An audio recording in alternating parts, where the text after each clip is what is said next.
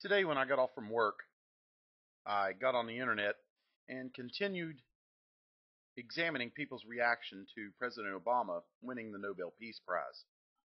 On a lot of sites, furious debate was raging, and many questioned the accomplishments of President Obama and why he was awarded the Nobel Peace Prize in the first place. In certain places where I found the debate stimulating, I added a few of my own remarks and enjoyed the lively discussion. But one ugly occurrence kept rearing its ugly head just about every site or blog that I visited. And this was the fact that every now and then a rampant racist would rear his or her ugly head and pretty much stifle any intellectual discussion that was occurring by calling President Obama a nigger or monkey. I am well aware that racism is not dead in this country, and that a certain portion of the population will live in the past and continue to drag up overused racial stereotypes.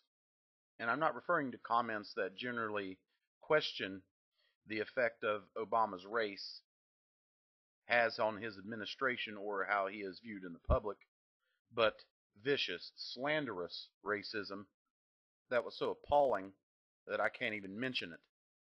The two before mentioned names would be considered light reading among some of the more vile posts that I encountered. But this also brought up an issue that as a white man I have witnessed myself in backroom discussions or private conversations. It is obvious that racism isn't dead in our country, but it has gone underground. The racists among us realize that public sentiment has turned against them, and that expressing hardcore racial bigotry is no longer publicly tolerated among decent folk. But I have long believed that black people have suspected, and are correct in their suspicion, that racism is not dead, but merely simmering below the surface.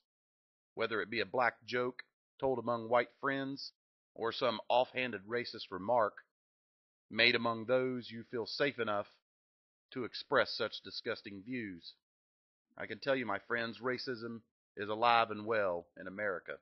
To those at the receiving end of this racism, this is no great surprise to you.